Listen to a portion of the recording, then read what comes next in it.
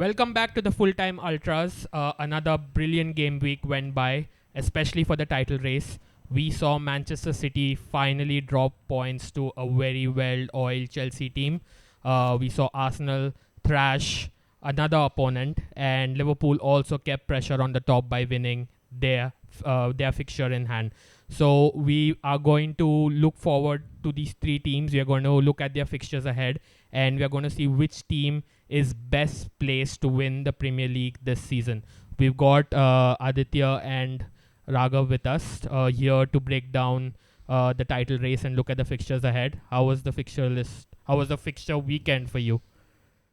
Happy? Happy, I'm good happy. performance. Yeah. What about you, Raghav? Pathetic. We won. How? It's 3 points in the end. Yeah, but how long before we say that we didn't win well?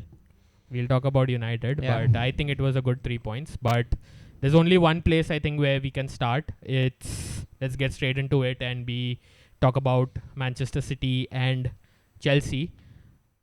I went into the game thinking that it's going to be Manchester City thrashing Chelsea overall, but a really resilient performance from Chelsea.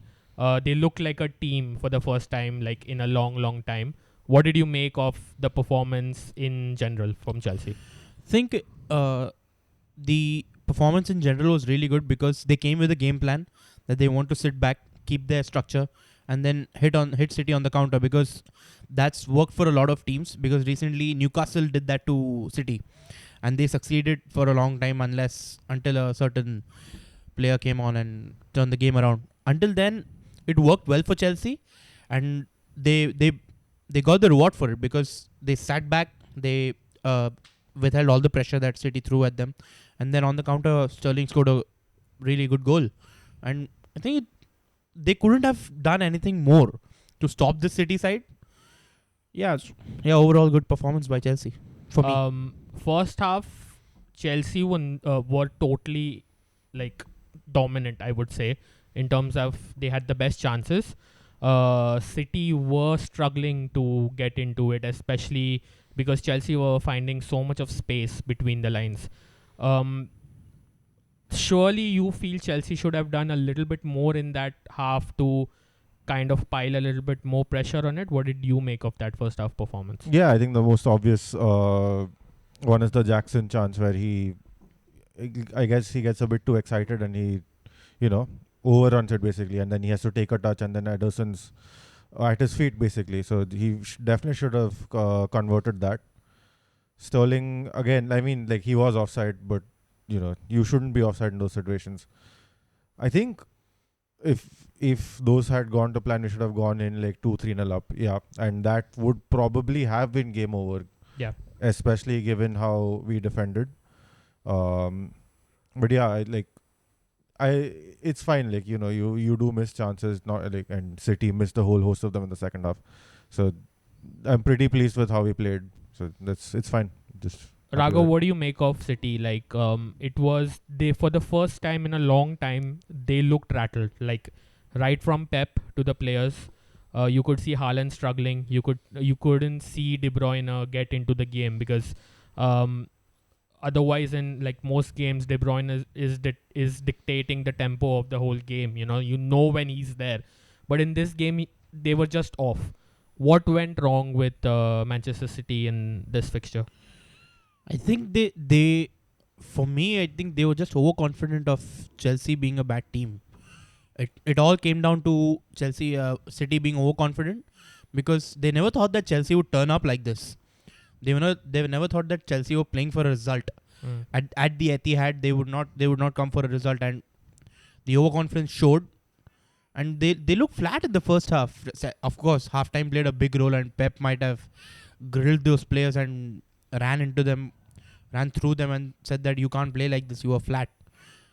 And second half they changed and they had a whole lot of chances. But first half they looked really flat, and it felt for the first time that it's not a team playing. Do you think They didn't look like a cohesive unit that Pep usually puts out on the field. Do you think he put out a wrong lineup? Do you think Bernardo Silva should have been from the start? Because Yes. Alvarez starting was a bit strange because the creativity that Bernardo Silva brings to the team is different.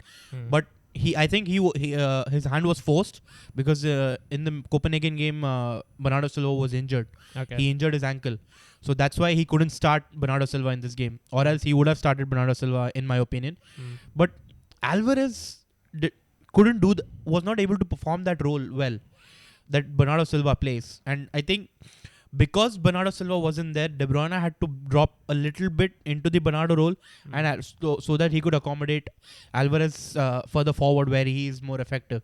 But it didn't work out because neither De Bruyne was effective nor Alvarez was able to do anything in that first half.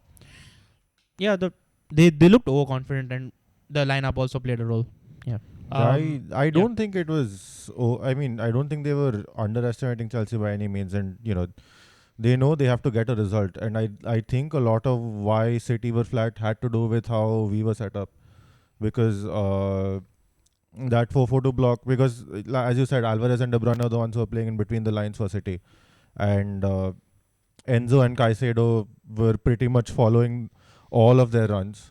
So any kind of movement they made, Caicedo, like they were happy to vacate that space in the middle and follow those runs instead of just staying in that block.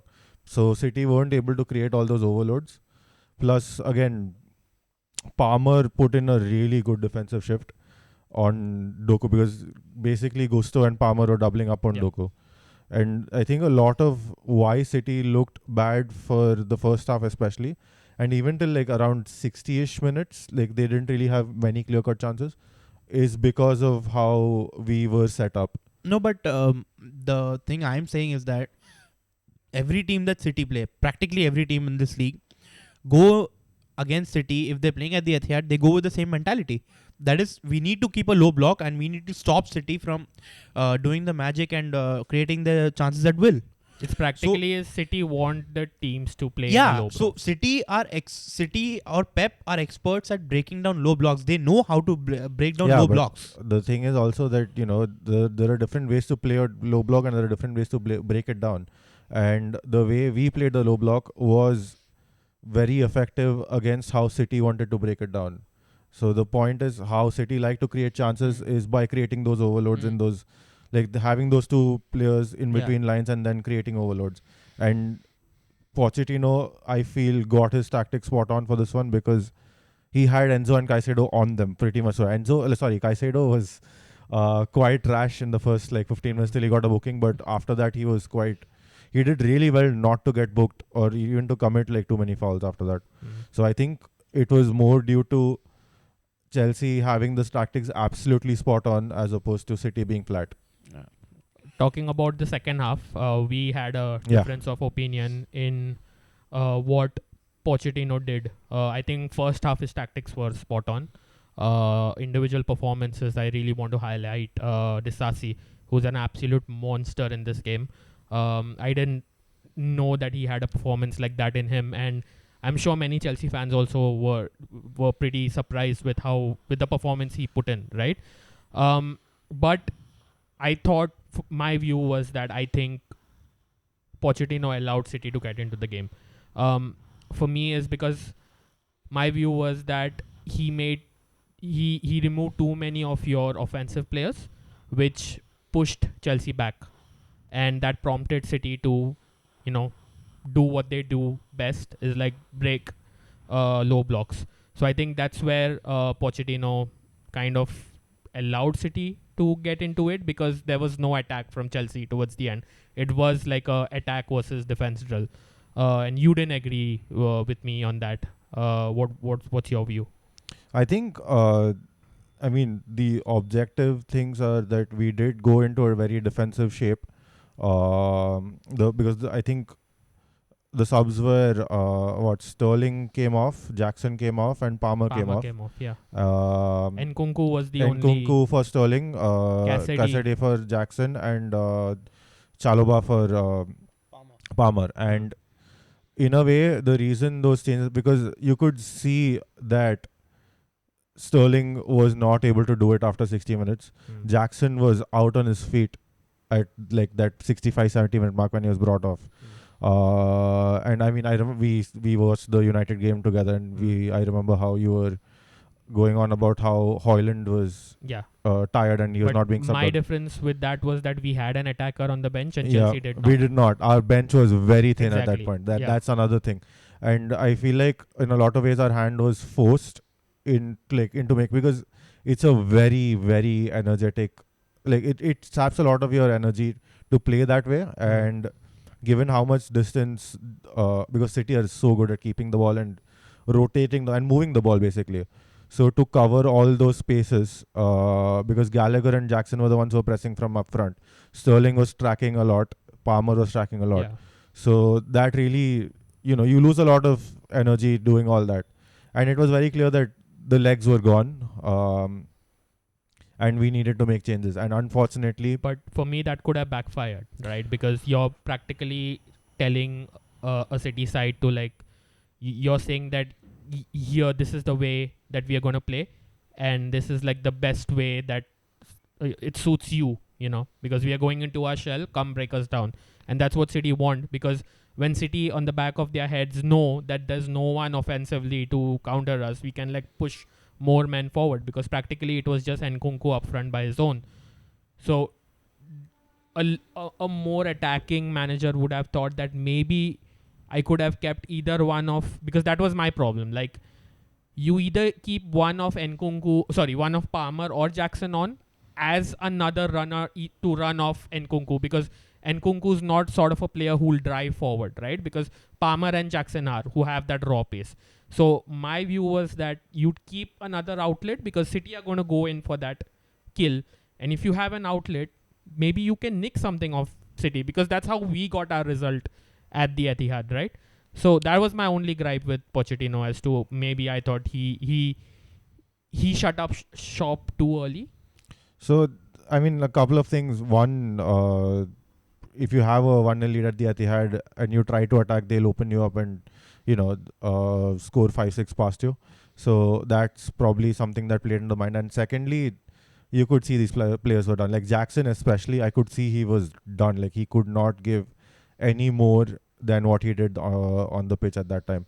And unfortunately, our only other options on the bench for attacking players were Mudryk and Madueke. And sure, you could have brought them on, but also I don't know if that would have achieved much. And I think even with Cassidy, he went for a bit of size and a bit of robustness, because that's what was needed. And again, Chalobah is obviously a defender, so you get that. Our hand was forced by the bench being what it was. We didn't have too many options. And I think, obviously, City did have a lot of chances to score, which they didn't take, and Disasi was a monster at the back. But I don't feel like... I feel like it was more a hand was forced situation rather than a mistake. The only thing I would say is, when you're losing, when you're playing such an intense game, you might want to use more than 3 substitutions in 3 windows. That's the only issue I had with how the substitutions were used. Yes. But apart from that, I was pretty happy. I think he did the best that he could. And fortunately for us, we also got away with it. We look at the fixtures that all 3 teams have to, go forward with. We'll cover all the teams first, and then we'll look at the fixtures. So the next game we'll move to is the game that started off the game week, and it was Liverpool and Brentford. A perfect result, Raghav, for Liverpool, winning 4-1. Each and every attacker of theirs had a contribution in that. But by the time the game was over, they were not left with any players. What did you, first of all, make of the performance? And where do Liverpool go from here? They won, but at what cost? Yeah. So it's basically that, because they've practically lost all of their attack, because they've lost Jota, they've lost Soboslai, they've lost Trent, and Alisson is the biggest loss for me. Salah's apparently injured as well now. Again? Yeah. Oh my God. He's a doubt. He's a doubt for the final. For the midweek fixture. For the midweek fixture, okay. definitely, because he's pulled his hamstring or something. I He's guess. done his hamstring or something. Ouch. He just So, came back from a yeah. hamstring injury. Just came back. So Yeah, but plus Darwin is unsure as well. I mean, in the academy players have to fill in because I think they have enough players. no, I don't think they left to Diaz and Gakpo at this rate. And, If Nunez is not there, Elliot on if the Salah, right. Salah is not there, Elliot on the right. Elliot on the right. Yeah, that's And that's the then- only three they left with practically. Yeah, exactly. A Yeah. makeshift right winger and two forwards. But it was a really good performance by Liverpool because they to cope with these injuries and still deliver a performance Salah like that. changed the game in the second. Salah changed the game because of course that's what he does. Ever since he's come to Liverpool, he's been the talisman for Liverpool and he's changed game after game and he's proved his worth, which he couldn't at a certain club. Mm. But Unnecessary jibes, but okay. Chelsea banter any day. Ah. Yeah, but I was really impressed that they stuck to what they do best. Mm. Liverpool did not get bogged down by the injuries, and Klopp dealt with the injuries, and he never changed what they do best: is play high intense football and attack with all they've got. And Luis Diaz, I was really impressed with Luis Diaz and this guy Salah, of course, and Curtis Jones. Did he play? No. He played. He played. He got He's injured, yeah. as well. I mean, yeah, but Liverpool good performance overall. Second half especially. What did you make of the performance? Yeah, it was very good because they had to deal with 2 in-game injuries, and the Jota one looks bad. I think. He's out for a month. He said 2 I months think probably. months. I think the No. He Klopp confirmed that he's out for a month. More than a month, he said. he said. So what I read was it's months plural. Okay. But anyway, he like having to deal with those 2 injuries in game and still getting the result and the performance that they delivered was quite good. And that's what again title contenders and champions do. Even in the face of adversity, you get a result. Even if the performance isn't good, which it was in this case, you get a result. The Salah situation is probably a bit worrisome because they probably did not plan on bringing him. Good news for you all. Yeah, exactly. Like he was probably going to be like a 60th, 70th minute substitution. Rushed. Exactly. At That's 3-0 up. like whatever the score be, but like when someone's coming back from an injury, that's the protocol usually. So Yeah. Because I generally thought that it would be the Carabao Cup final that he would directly come for. yeah, To see him in the squad for this game was I before he kicked a ball, I thought it was rushed. So him coming in and then doing his hamstring again, it's quite a silly move. I felt a little bit. I think squad is fine because you wouldn't want your main player to return directly for like a cup final. You'd want to like ease him into the squad Yeah, a bit or maybe more. like for the Luton game. Yeah, exactly. So Yeah. that's what I said. That's what I thought because I thought he would be like he would get like the last 15-20 minutes maybe of this game, then get like 30 to 45ish of the next game, and then he'd be brought into the lineup for the I cup think final. that would have been the ideal situation for Klopp. exactly. That they take a good 3-0, like they would have and then been play at a cruising. lesser intensity. Yeah, they would have just passed the ball around, give Salah some runs, Mm. get some touches on the ball, get some field experience, just get the feel of the football pitch because again. Jota and Nunez both going out in the first half Exactly. is a big blow, Yep. and then Salah has to come in. Brentford, like on a normal day, like say last year, a Brentford team, they were a team that was so well organized, defensively as well. And I thought that they would make it a little bit of a tougher situation for Liverpool going into this. But some of the defending was horrible, Yeah. wasn't it? Liverpool definitely took advantage of it, and they are now on top, leading by a point. We'll now move on to Arsenal. Another big win for the Gunners. And Aditya, I'll start with you on this one. They are clicking at the right time. They're hitting form at the right time. What do you make of their performance? Yeah, another impressive like big away win, like back-to-back away wins for them. And as you said, they are peaking at the right time. This is about the time you expect City to start putting together these results. So it's nice to see that someone other than City is doing that, and it's really important. I mean, again, we'll talk about the upcoming fixtures in a bit, but you can't afford to lose any kind of points, and they seem to have a lot of momentum right now, and everything's clicking for them. And we spoke a lot about how they probably require a striker to really contend, but Arteta seems to be getting the most out of that system you know, with the players he has, and it's working a treat for them. There was a time before this spell where Arsenal were not able to score goals, right? We were sitting here criticizing that they need that one person to get those goals, like Aditya said just now. And now suddenly Saka's on fire, scoring goal after goal. Martinelli has come in, chipping in with goals. Havertz is playing a little bit of that deeper role. And Declan Rice has been phenomenal. What do you think has changed with this Arsenal team? Has it surprised you? No, it hasn't, because you like. Sure? Are you sure? Are you Yeah, sure yeah, it yeah, I hasn't am sure. surprised you? No, yeah. What? Are you sure it hasn't surprised you? No, it hasn't, because 2-6-0 victories? that. I mean, that's not surprising. Okay, come on. Like, what do you want from me? Yeah. So. Okay, what was the question again? Yeah.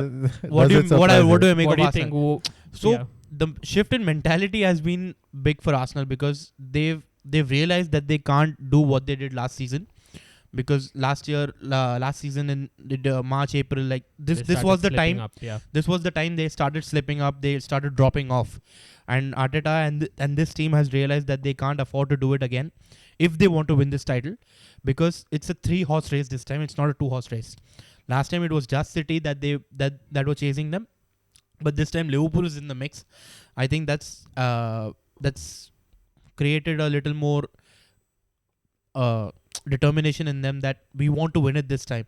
We have to win it this time. It's kind of have to territory for Arsenal, because this is the best team they've had for years, and Arteta has built this team with everything he has, and I think he needs to win a title to prove that he's one of the top managers. For me, with this team, he has to win something, like the Do you best think team that now they are better placed? They are better considering placed, where and they were last and season at this time. they are better Surely placed they because are better placed. What? Surely they are better Yeah, placed. they are better placed, and I always held that they don't need a striker in January. They didn't need a striker in January, even in our previous videos.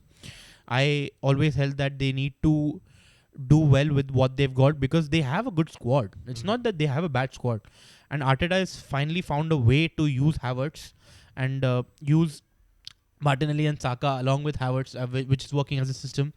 And one more thing is that Trossard has come into the squad, which is playing a good role from Playing a the good bench role, as well. Yeah. and which, even if when he starts, his work rate, his ethic, and the way he finishes off chances, his finishing is really good, and that allows Havertz to drop even deeper and a use role the which space. he's good a at role, playing. Yeah, he's good at playing that kind of midfield kind of role, Attacking midfielder. attacking midfielder role, which he's good at.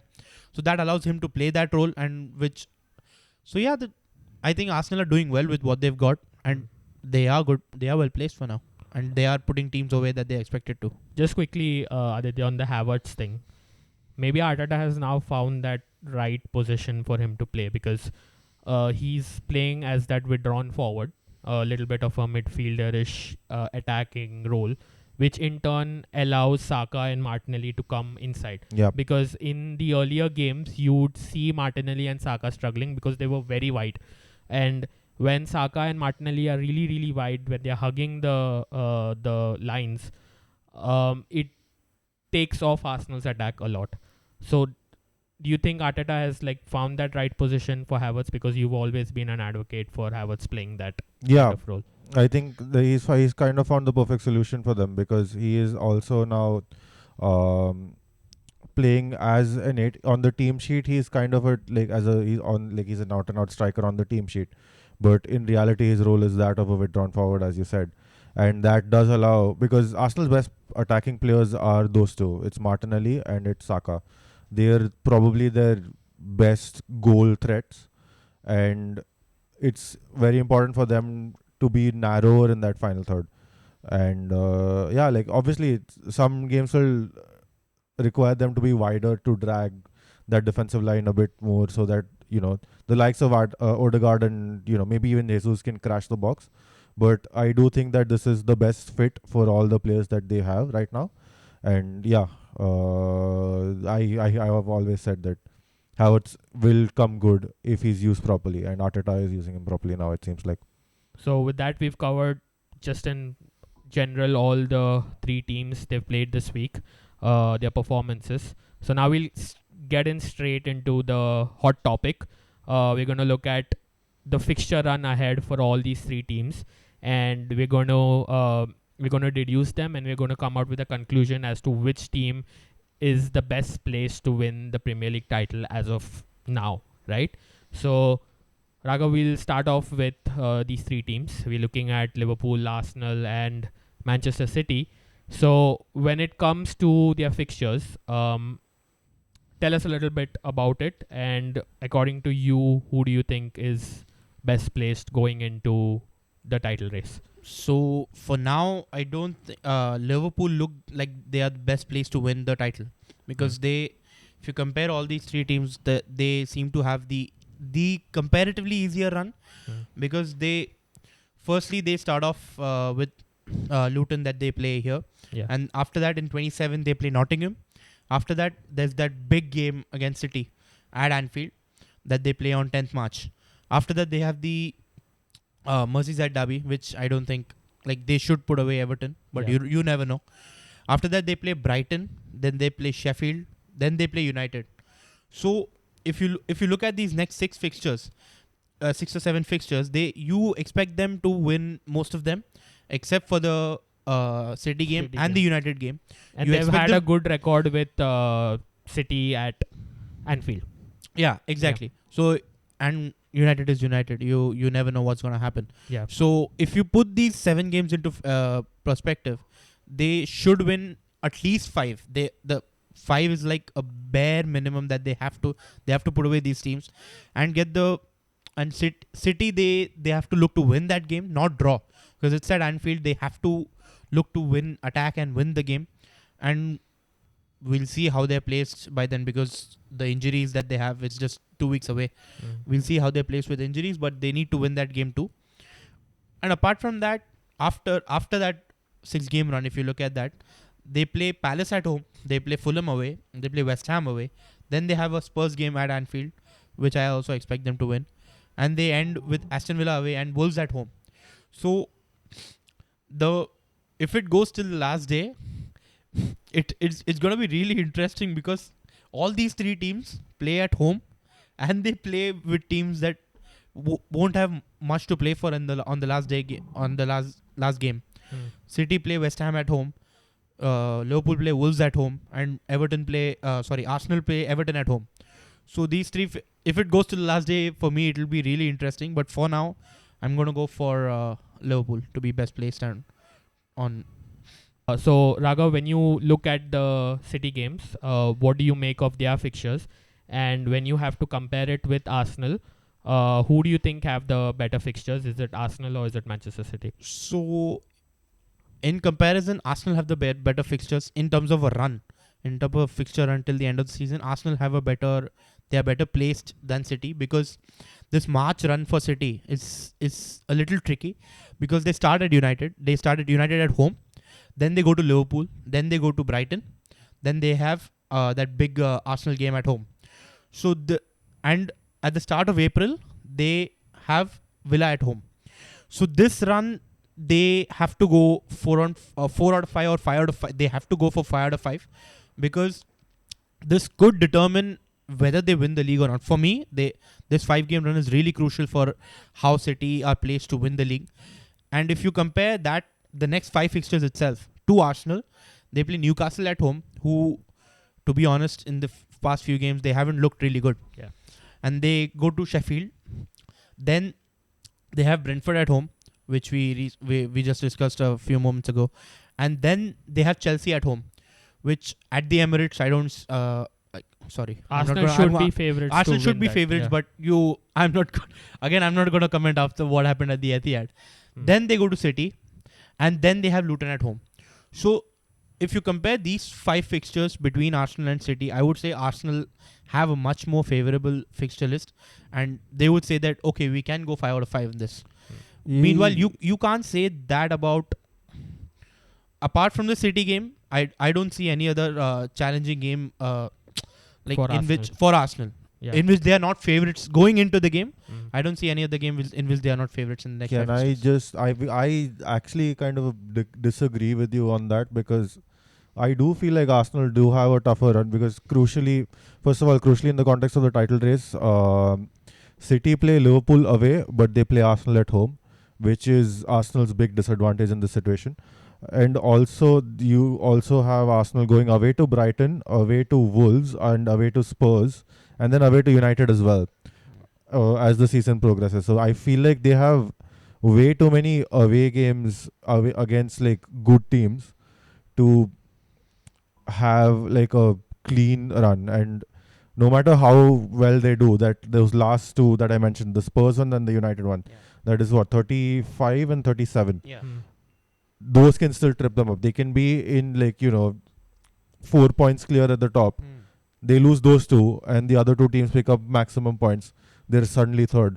So I feel like Arsenal are kind of there, as you said, for City, when you get past this block, they have like a reasonable idea of where they are, because you expect them to then dispatch the other teams. Yeah. But for Arsenal, that sense of jeopardy still is there beyond this run, because you've got those 2 big fixtures away, and you never know what will happen. The Spurs can turn up when it's the North London derby.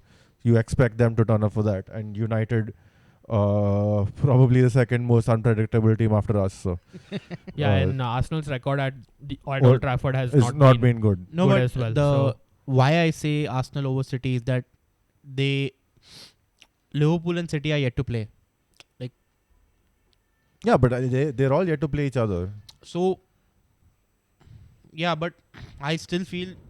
So, if you see that this block, if you go into April, saying that I am third, and it can bog you down. And City don't look like the City of old. Like they look like a team that can be broken down. And teams, if they go into April under pressure that they have to win every game after this block, and if they don't win all the games and they are under pressure that they have to get points, teams can get at them. That's the point that I'm making in this. Because I think what he's trying to say is that Arsenal in that phase could get the tough run of City. Yeah. You're looking at the April, which May, is March, April, March into which is April. the tough run that they have. Yeah. Arsenal in comparison have easy fixtures over there. So if Arsenal win all those fixtures, and if City drop points, like say in 2 or 3 games over there, suddenly then Arsenal could be 6 points, 6-7 points clear of City.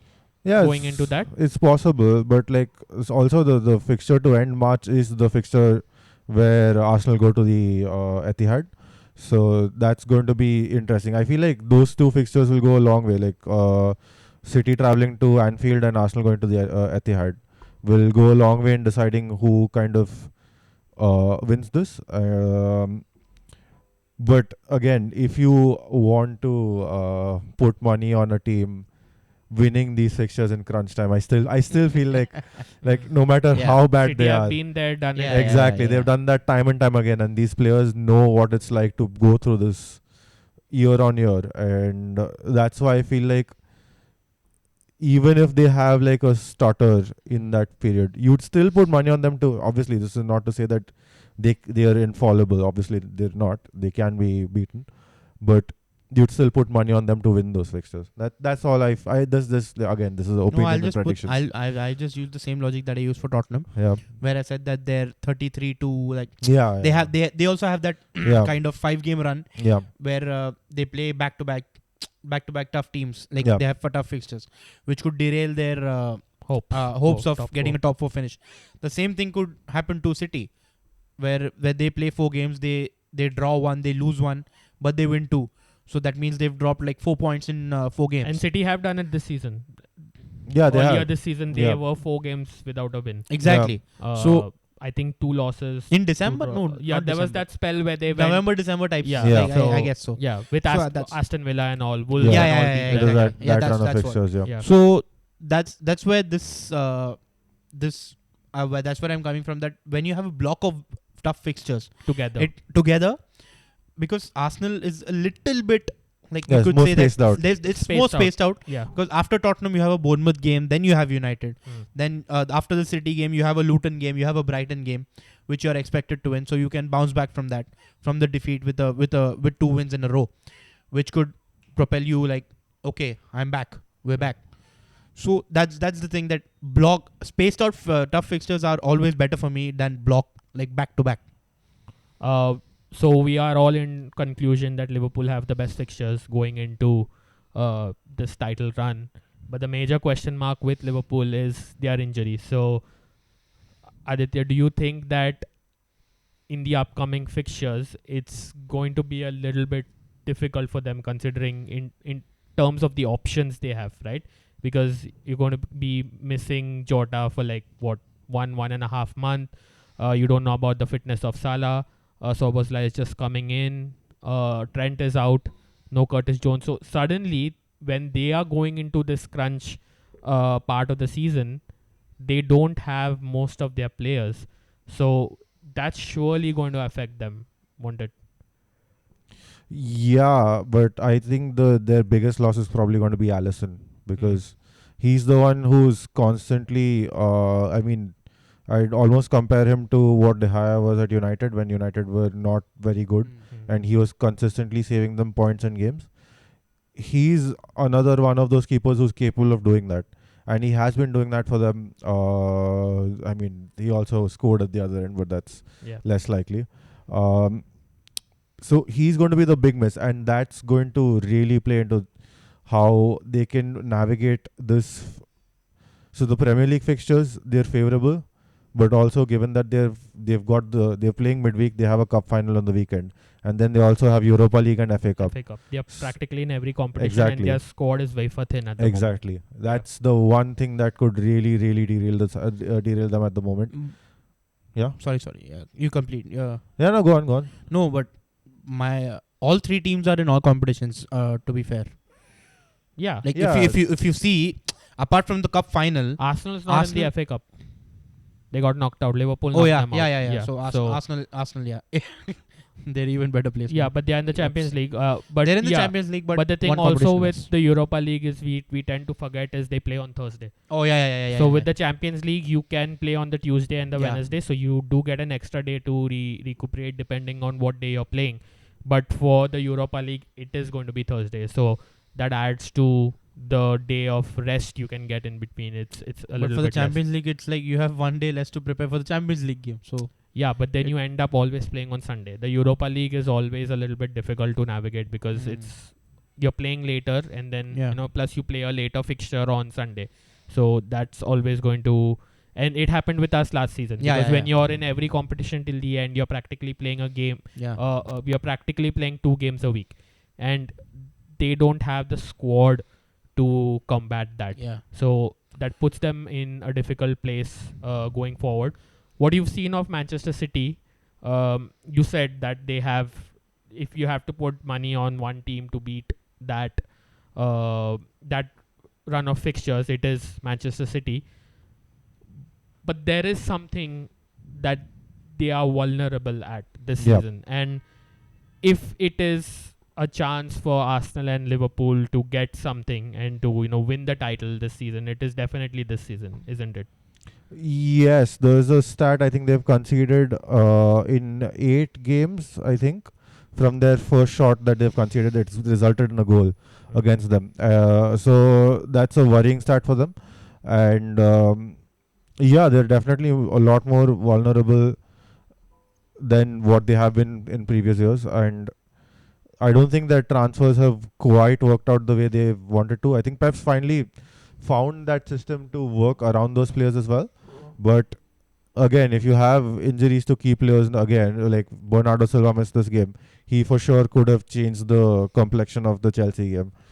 Um, that could create some real issues for them, and that could like really give the other two a chance to capitalize. But I still can't overlook them as favorites. I don't know why. It's just one of those. Because if they get past those tough fixtures, Yeah. then it's like if Yeah. they win 4 out of 4 or 5 Yeah. out of 5 of those fixtures, Yeah. they're surely back into the game, into the title race, and I Yeah. think they win it Yeah. if they get that, because considering how City are ending, it's much better than Arsenal's end to the season. Yeah. And then when City it comes to the end, they have the squad and they're the best placed squad to go and win 4-5 in the end. So that fixture run for City is really really difficult to get by. If they do, they are in a much better position to win the title. But considering City, they are a little bit vulnerable. I've always found them vulnerable from the start of the Yeah. season. I thought there's something missing, Yeah. and we'll have to see how this title shapes up. As of now, with the fixtures analyzed, in terms of the fixtures, Liverpool are best placed to win the Premier League title. But can they do it? Is their squad spread out with injuries? Arsenal have a difficult end. So can they learn from last season and win the fixtures that they have to? And then Manchester City, they've always turned up towards the end of the season. Can this be a season where they trip up? Only time will tell. We'll quickly move on to the top four. It kind of got a little bit more spicier. Spurs drop Yeah. points. What did you make of Tottenham against Wolves? Because Wolves completely counter-attacked them, and every counter-attack they had, it looked like Spurs would concede. We kept discussing about Postecoglou's tactics and how he wouldn't change. Do you think that is a little bit of a tactic that would hamper them going forward? Because he was missing Poro and he was missing Udogi, right? And he, as replacements, he got in Davies and he got in Emerson Royal, who are surely don't have the legs as the other two have. And they were Neto was totally got the best out of Davies. What do you make of Spurs? 1 week ago you were sitting in that and you were like, Spurs are comfortably going to make it, and then it just changes, and the performance surely has Spurs fans scratching their heads, right? Yeah, I mean, we spoke earlier about City and their key players being, well, as their key player being Rodri, and how him missing makes them a lot weaker. For Spurs, it's how their wingbacks, or the fullbacks, go into midfield and really, find spaces there. So if you're missing even one of them, and in this case both of them, they are going to struggle because it's a lot of running. Ben, And plus a high line. Yeah, And plus exactly. Ben Davies doesn't have the pace He that does not. Udogi has, Exactly. right? Yeah, Same with Emerson. Yeah, Emerson, but he's still more like he's more capable of doing that. But Ben Davies especially, he's not the type of player you'd expect to get back just as quickly. So it's almost not surprising that they were exposed, particularly down those flanks. I mean, I don't know. I feel like we've been having this, or this has been a conversation for so long, ever since they had that first batch of injuries against us, whether that style of play is good or not for them. And I think, 7 times out of 10, they do get it across the line, but those 3 times, particularly where they are right now and how the top 4 landscape is shaping up to be, that could cost them. I mean, Postecoglou needs to find a balance between the ideal way that he wants to play, the aggressive. Because adaptability is, as a manager, some instances you have to adapt, Yeah, right? So because at some times, like what Poch did, right? You might not have the players at your disposal at the moment to play that you want to play, and he's just come into Spurs. He's inherited a side which is not used to playing that high intensity football, especially the transition from Conte to Postecoglou. So when you're getting players like Emerson and Davies in. Surely you keep it more compact. You keep Yeah. it. You keep the line a little bit deeper, Exactly. right? You play. You don't play according to how Wolves want you to play. Correct. Play, Correct. right? Especially with them having Correct. Neto, the likes of Neto, and Ait Nouri bombing as a wing back on the Correct. other side. I think that is where Postecoglou could struggle. Yeah, because Wolves generally are a really pacey side. Even Cunha and Cunha is a really good player who can get behind the lines. Ait Nouri is like very well advertised, can bomb forward at will, and Pedro Neto is the way he plays, Such an the skill, underrated player, yeah. the skill that he possesses, the pace that he possesses. That counter attack for the second goal was incredible, and the way he ran the length of the field and then Cut in. the cut in and then pass it to Gomez. Joao Gomez. Yeah. That was, and it was perfect. The game plan was perfect. The execution was perfect, and Spurs, Ange got it horribly wrong. Like it's that's what we've been discussing, that Emerson Royal and Davis are not meant to play the way that Ange wants. Maybe he could have said that, okay, I'll play a little bit more withdrawn, a little bit deeper, while using Son and Kulusevski more than my fullbacks, which could have served them better. Yeah. But he couldn't. He didn't feel the need to do it. But yeah, that's what caused them. It has changed drastically now with United just 3 points off Spurs.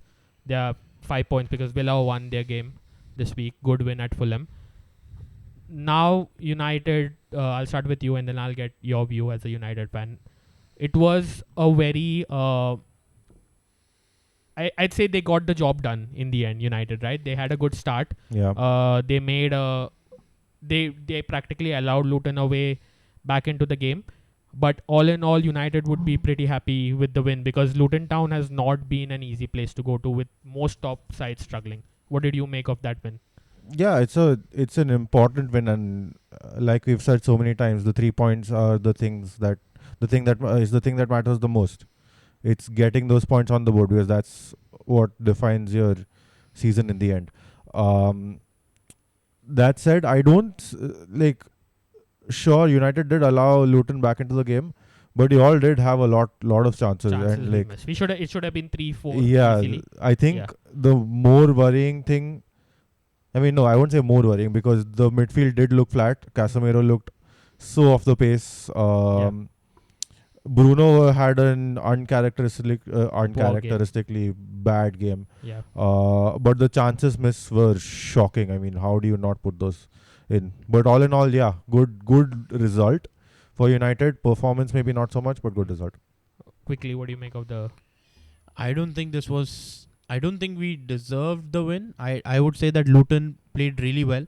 And yeah, I agree with you that Kenilworth Road has been a really tricky place to go to this season. All top teams have struggled. Arsenal needed 90th minute winner. Liverpool dropped points there. City also won like a 2-1. They had a 2-1 victory. At the end, they got the job done, but we should have been like 4-5 up easy. Like, how do you not finish the chances? Garnacho had 2 brilliant chances. Rashford, I don't know what he is trying to do, what he is doing.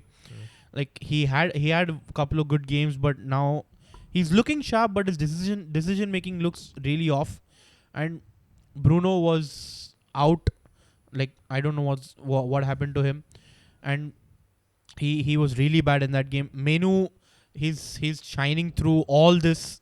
He was the only player who looked like he wanted to play. Yeah, and he came to play. Menu was the player who looked the far more experienced guy in comparison to Bruno and Casemiro in terms of like keeping the ball, regenerating position. You wouldn't say that Casemiro is the 5-time UCL winner when you see him alongside Menu. Yeah. You wouldn't say that Casemiro has won 5 UCLs with Real Madrid and he's won countless titles with them. Yeah. That's how good Menu was. And I mean, that boy is special. But yeah, we got the job done, and I think for now, I don't know for how long we're gonna say this, but for now that's enough. So the one clip that kept going around on social media was where Rashford was on and he was up front, and then you had Barkley get the ball, Yeah. and Barkley's just driving past the.